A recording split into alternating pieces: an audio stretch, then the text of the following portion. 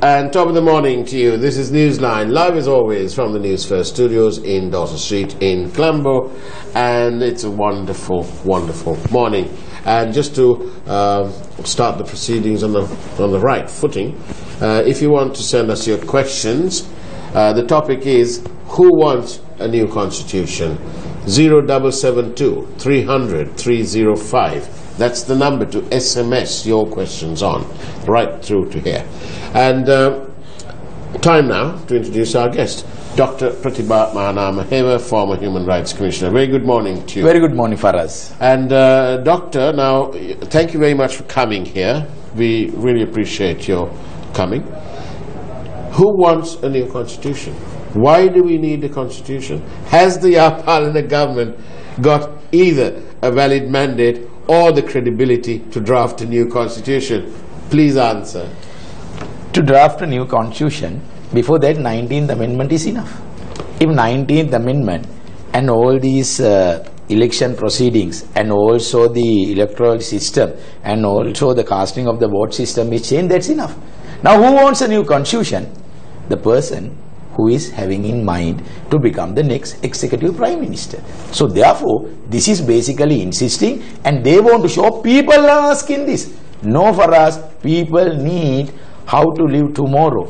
And also the biggest problem, the cost of living. They are fighting. They are not having only 3 meals per day. They are having only 1 meal. So therefore, they don't need these civil and political rights and other things. They need economic rights. So the basic thing is where this is a promise given for Western elites. And also there is a project governed by, before coming to Yapalana government, they gave a pledge.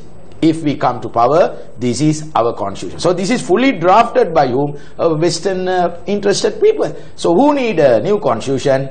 That is for Geneva, or that is for West, not for people in Sri Lanka, or not even for North and East people. They want to live very peacefully. Now the peace is there. They are living happily. They need to do their jobs. And who need, once again I am going to reiterate or insist, the person who is thinking who should be the next executive prime minister need a new constitution. Well, that's a very serious matter. I mean, if they were to implement fully the 19th Amendment, which has already addressed the issues of the powers of the president, and in fact at the next president under this constitution, the next president will not even have a cabinet portfolio, right? So yes. So the powers of the presidency have been pruned down. Then there are all other matters. As you point out already, the electoral system is being changed. So what is the need for a new constitution? I mean, rather than a new constitution, you can change several chapters. Chapter 3, fundamental rights. You can expand and incorporate more economic, social and cultural rights, and well as how to remove a Supreme Court judge. So there should be a procedure. So likewise, independence of the judiciary is a must. And also remember one thing, the 6 committee reports, when they prepare the 6 committee reports for us, nothing with regard to the executive president. And also see all the proposals. Now they have prepared a report based on these 6 committee reports. Nothing with regard to executive president or even the major party in Sri Lanka, United National Party, they have not given their proposal. So I mean, who prepared this? Actually, UNP prepared this. But this is not a draft, isn't it? This is just just a report. Just a report for discussion. I mean, unitary, you can keep the word as it is. As well as other things you can keep as it is. But why you are going to expand this? Why you want to actually change this? Now see, TNA is saying, we are giving our vote, we are supporting for this, if conditions are met. That means people are putting conditions. No, it is not like that. Even 19th Amendment, see the Supreme Court judgment. If executive presidents, more power should be vested to Prime Minister, there should be a 2/3 majority as in the Parliament as well as a referendum. So they dropped national referendum. National referendum needed. So likewise, what I need today, the most burning issue is not the new constitution. There are several issues we have to see. Could it be the price of coconuts? Not only that. Now see, when this Yapalana started, the president signed with a ballpoint pen. as well as for the whole ceremony, it is only 6,500 rupees. See 2018 budget proposal. Comparing to last year, the president vote has increased by 3,527 million. Unbelievable. That means you need the executive president. And the prime minister's vote has increased by 519 million.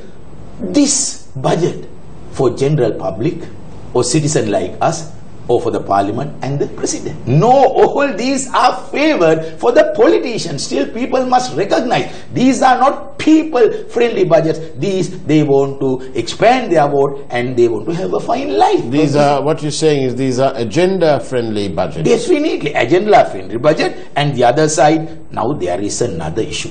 Now, I have a doubt whether they go for a referendum like former President J.R. Jayawardena to extend the period. Still the referendum, they are waiting for that, and they will say after this we will implement it. That means it is possible under the new constitution to extend the parliament as well as the president period. There can be a referendum. So likewise, those people who want to be in power, still I can't understand these committee stages, enormous amendments they are making. So likewise, misusing parliament, I can't criticize because they have parliament privileges and their powers rights, but don't misuse these powers because people are waiting for election. Now 2 years and 8 months gone. What the government can do? Go for an election and see whether their credibility as you asked. So these are some of the important points we have to remember. This new constitution, actually people never asked it. And see how this prime minister changed under the last constitution. Everything we can see. One, people are actually waiting for reduced cost of living and their expenses rather than a new constitution. That's my argument. And thank you for these questions. And yes, we can repeat it for you. The number to send your questions by SMS is 0772 300 305. I'm sure a card will come up there just in case you missed that one. So basically, Mr. Mana Maheva, we've got a change already in the system of voting that's coming into play.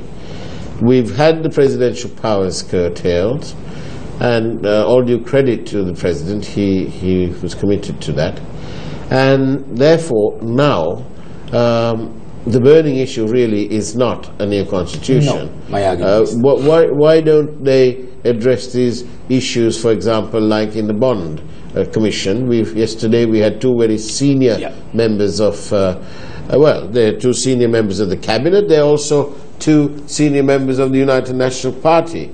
They were there. They confirmed that they accepted that they were at this meeting. Mr. Samarik says that he was there in his capacity as advisor to the Prime Minister.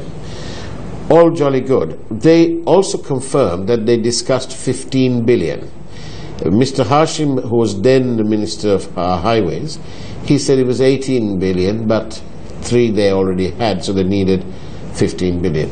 Now, 2 or 3 matters arise from this, Dr. Mana Maheva, and one of them is that we have to cast our minds back to that sheet of paper that was notable for its crispiness and freshness, although it was purportedly issued way over a year later or a year before. And it was explained away by Arjuna Mahendran that it was so important, probably to him, that he had it in a safe at his residence in an air-conditioned environment. Charming. But really, a state official, so at the time he was a state official, these letters and so on are the property of the state, of the office of the governor of the central bank. It wasn't given to Arjuna Mahendran personally, or it shouldn't have anyway. It should have been given to the governor of the central bank. And surely there can't be anything personal about affairs of state. Right, now that's one point. The other point, and here's a very interesting point, is that the Deputy Secretary to the Treasury, Mr. Artigala, says that there was no such indication that this funding of 15 billion was required. Right? And then we must come to this is the Treasury. They're the people in charge. When a minister wants money, he doesn't write off willy-nilly to the governor of the central bank. He writes to the Treasury, the Finance Ministry, and then that gets to the Treasury Secretary. That's a procedure. And actually the procedure is that it is not even the Secretary Treasury who writes the letter. It is left to a deputy to write the letter to the central bank saying that this is what we need. Thereafter, the central bank take a decision as to how they will raise that money. It's their decision. Correct. Now, all of these things indicate that there was some jiggery-pogery going along. Something was amiss. And what is that something, Dr. Maheva? What do you think? Why are they talking of 15 billion? The Prime Minister comes to Parliament and says as much. Right? He sees it so important to make that statement that he does. He's talking 15. Now, the only people who seem to be talking about 75 billion is Arjuna Mahendran, AM, and Ravi Karunayaka. I don't know if it's RK or whoever, but anyway, Ravi Karunayaka. Nobody else is talking about that. What do you think is going on? What is there? Was there a wholesale attempt at cover-up? Before answering that question, you asked another question. Yes. This is the new constitution. Yes. Who is insisting this new constitution? Time to time, our leaders go to Geneva. Yes. In Geneva, they are asking many things. As in 19th Amendment, if you want to stop this resolution passing in future, you need a new constitution. And also, President said one thing, I came here after signing the missing persons setting up gazette. So likewise, we have to actually show to the Western allies and nations, look here, we are coming up with a new constitution. These are the things, power devolution and other things. So therefore, we have to please the West. Those who help to change the previous regime are looking whatever we have instructed, whatever the directions we have given, now you are not implementing. So therefore, government has a duty for what? Internationally to please them. Question number 2 you asked, what is this all about? Yes. But I am so sad. I think Honorable President may extend the bond period. This is where the bond commission by at least another 3 months. Now this is the very, very important stage. Even the Deputy Solicitor General is so silent these days. When Ravi Karunanayaka was questioned, how he insisted, how he asked question, how he asked cross-examination. Yes, but I think there is same thing is not happening here now. Yes, now see the behavior of these Attorney General councils, how they came to media, but only 9 minutes, only 10 minutes for us, they have been questioned. Yes, but we must make the point here, to be fair, that both Malik Samarikrama and Mr. Kabir Hashim arrived at the commission yesterday after having been summoned by the commissioners, not the Attorney General's Department. Right, not the Attorney General's Department, but I am not going to say analyze this, but the way they question is totally different. That is my personal view. Number 2, it is very, very important. Even these ministers had come, the same answer they give. I can't remember. I don't know what happened. So this is a sequence of events, a chain of events we can see. So only thing I can say, what you just said, it's a cover-up.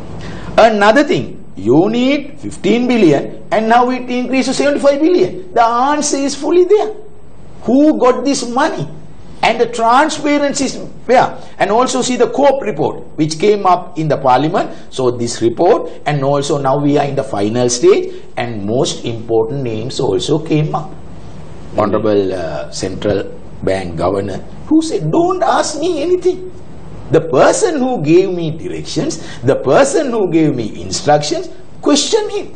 Now the issue, is there enough time? Because end of October, you have to finish this report and submit. Even any name coming up with this report, no legal action. The commission is an inquiry report. Thereafter, Attorney General has to file a case. So I mean, these are only information, these are only good news, and a report has been made, but the Attorney General sued with this in this inquiry report 2 people in the perpetual treasuries, and also their travel ban also there. Yes. So I mean, but actually, you know, with all due respect and fairness, and looking at this with the borrowing a phrase from one of the judges, actually, with the cold neutrality of a judge, looking at it with this cold neutrality, we must admit and acknowledge that the Commission has done an absolutely wonderful job. Definitely. Because without the Commission, we wouldn't be privy to any of this information, and only God would have helped us, been there to help us, had Arjuna Mahendran still been at the at the helm of affairs of the central bank. And that's why I say that the executive presidency, if it has done nothing else, it has saved this country and our people from a greater tragedy than this already scandalous bond gates transaction. And I always make the point, Dr. Mahaeva, that if you really want to see your tax money at work, your tax rupees, part of it at least, you ought to turn up in Holstorf and follow the proceedings. Definitely. And you will be able to see the passion and the vigor and the committed manner in which the Attorney General's Department is following the case, actually. Okay. But of course, we have no, you know, the 2 ministers were there, and it was pointed out by one of our principal shall we say, investigators here at Newsfirst, Team Newsfirst, the implication that everybody's talking about 15 billion. Okay. And including Ravi Karunaika was at that meeting. And then it is absolutely strange and incomprehensible as to why he then issues a letter about 75 billion. Nobody ever spoke about 75 billion. It's only AM and RK who are doing this. And then, of course, you have this other thing. That the to-do list and the files marked RK and AM are missing, or they're not able to produce it. It's got very complicated, and then people are having chest pains and so on. Do you know, Dr. Mahaeva, do you get the feeling that that some of these politicians think that the people are the bite, that the people can be the people who suffer, say, oh, bug them, we don't need them, right? And they're just sticking their fingers up. Yeah, now they need people for us only in an election. And politicians know the behavior of the citizens in this country. Near an election, you can reduce the cost of living, you can reduce the price of many essential goods, and also you can give a package. So they have a traditional way of thinking. At the time we need citizen vote, we will act according to their wish. Immediately after the election, any government, what they do, they try to implement their things. So that's why politicians are thinking like that. They know even Sri Lankan people are literate, education, skillful, but when they go for a vote, they are not going as citizens of the country, they are just following the politician. So this disadvantage is there for citizen. Even next election, you have to think in one way. And also I like to mention another thing, procedural requirements are there. Even today, audit bill is still having issues. It has not presented to Parliament. This is a discussion which came in 2015 January, how we are going to do it.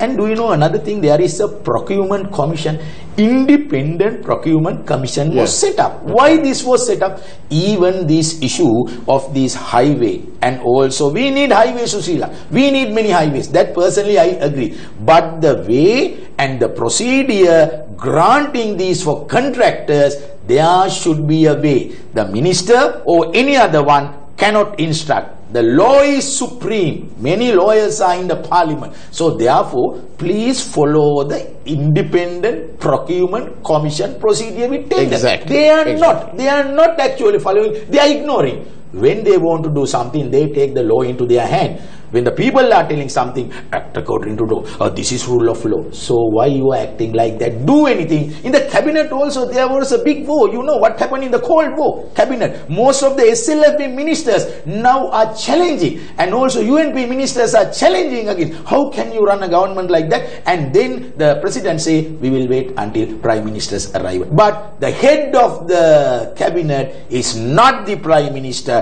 Head of the cabinet is president. President knows that this is according to the constitution. That's why I say so. The leader of the cabinet and the head of the cabinet is honorable president. So president can take decision. If you are running a national government, these are the issues you are facing. And JVP leader had really showed we need loans.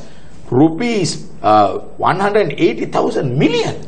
Unbelievable. Absolutely. How we are going to earn these things? Absolutely. Now then, thank you for the many messages that have arrived on this device here. And one of them says that, this is the one that comes just now, it says Newsline should be broadcast in Sinhala on TV and on radio so that the majority of people in villages are informed of the real situation of the country. Thank you for that. And another one says here, Mr. PM is very well known how to survive, as we all know how he has survived even after his leadership was challenged. Nothing is going to happen with this Bondgate, with these kind of politicians, unless, like the Thai uniform taking over. I don't think Sri Lanka will go that way, actually. And why won't the opposition move a no confidence motion on the Prime Minister? That is a valid question. Yeah. Why? Why wouldn't they do that? I think joint opposition also only targeting ministers. Even any... is that because they're so corrupt themselves? And it's one way, and no confidence motions never succeeded. Only one no confidence motion was about to succeed because of the SLFP support, RK. But it was not presented.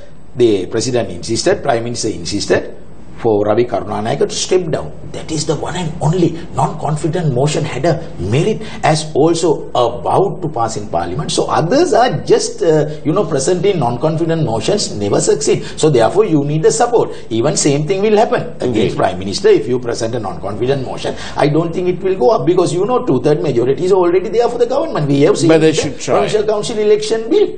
Now then, you can tell the level of public interest in these matters.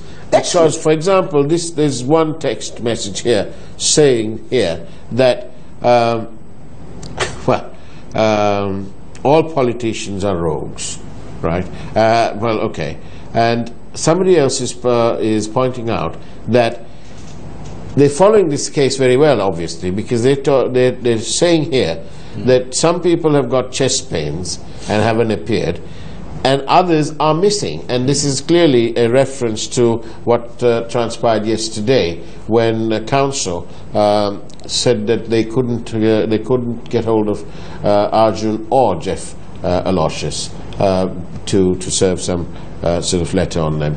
And so obviously the public interest is there. It's all there. Somebody else is asking about why call these people honourable and not use their office such as PM, MP and President. Is it a legal requirement? Is it a legal requirement? It's not a legal requirement. Yeah. We don't know. We don't need to use the word honourable, but certain time not for the person. We are using these words not for the person but for the post. But even you can tell, you don't need to call them honourable. But the issue is there. One thing whatever the inspired from here, I like to say this is where people getting all this news because of the commission. Not only the commission, thank for I think your TV channel is the first one, and also Sirasa, they fully published this. Because of that only people are aware. I have to thank for the private media, basically not the public media, private media, they are actually disseminating newspapers. Because of this only we are here. So We need all these newspapers, we need all these channels to give the truth to people. I think your channel is doing that. Thank you. There's another question here sent in by somebody or other, this gentleman was the head of the Human Rights Commission during Emma's regime. He was unable or unwilling to talk vociferously then. Why? No, actually, whatever happened that time also, we openly spoke. Now, I'll give one example. Yeah.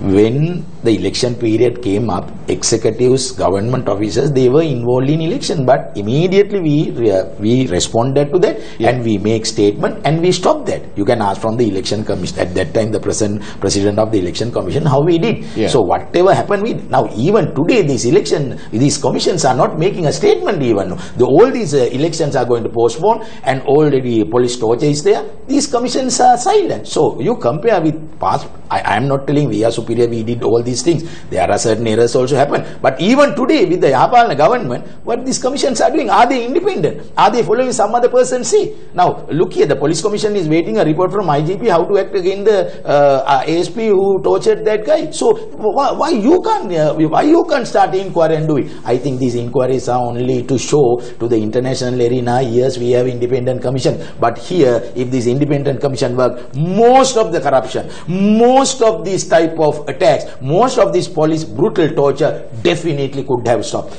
And because you are silent, these things are happening. You have to make statement. You have to ask the people. But still, I don't know whether the Human Rights Commission has started its sumo moto, its own inquiry against the beating of these those who are in Satyagraha, or those who are having these stage demonstrations in Hambantota. That's how you work. So if you criticize what happened in earlier years, that's why we have a 19th Amendment. Yeah. That time we appointed independent commissioners. Why can't they? You can't remove them. You need a parliament vote. So I think you must look comparatively whether the independent commissions are actually doing that. Yes, let me ask you this. We during the MR period, were you more scared, or on a scale of 1 to 10, if you're free and you're at level 10 today, how was it then?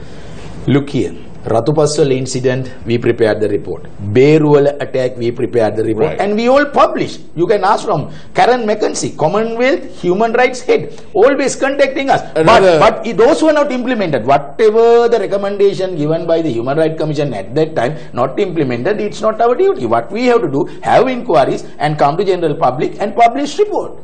You can check. Yesterday, Kabir Hashim and Malik Samaravikrama confirmed that they denied that the UNP was funded by PTL or anyone connected to that company or their families. My question is this: how do they know? How do they know? Do they issue receipts to every single rupee that turns up in donations? Come on, Mr. Kabir Hashim, you can answer that question better than anyone else. Do you all maintain a list? And if you want to add more weight to what you said, would you publish that list, if you have such a list? If it is transparent, if it is accountable, definitely you must have a list. But this is something weakness in our political system and also election system. You are not maintaining any record and you are not doing this auditing. But if you see in the government and also in private, auditing needed. But something like this, whatever you are asking, if you are keeping a list, these are the donors, then you can really show to the general public. If you are honest, if you are genuine, okay, come and show that list. But I think any political party, not only one political party, all political parties are there, they are not revealing whatever the funds they receive, how they spend that and the expenditure. That's why this new electoral system, as well as the expenditure, we need to follow a system like Bangladesh. And another viewer says, the Prime Minister should be forced to stand down. He is the sole culprit. And is the Bond Commission inadvertently eliminating all credibility of the United National Party? These are questions that keep coming up. Somebody is saying to us, what did you do for Lasanta's murder? But these are the questions that keep coming up. What about Wasim Tajuddin?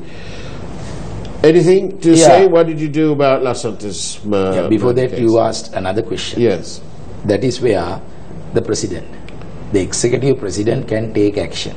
Right. Even you must follow the law, and then action can be taken by the president, because prime minister post as well as a parliament, still the president has a say. So And that's why. Yes. And the next one you asked is Tajuddin murder case. Not only that, there were several other journalists who were attacked. You were also attacked. But so I want to say one thing. We started immediately when Roque Fernando was arrested under Terrorism Act. Yes. We immediately went and we had discussion with him and prepared, and we gave it to the defense ministry. But I don't know what happened after that. So likewise, only we done our part, human right violation and investigation. Those reports are there. Reports not implemented. Then you have to change the 1996 Human Rights Act and give the judiciary power for that. And on that note, Dr. Pratibha Mahanama, thank you very much. And the final question or a statement from them is that one of these viewers is saying, please News First, please translate this into Sinhalese and Tamil. Well, on that note, thank you very much, Dr. Mahanama Hema. And that's about it from Newsline. That's the way it was on Newsline on Thursday, the 12th of October, 2017. Take care. God bless.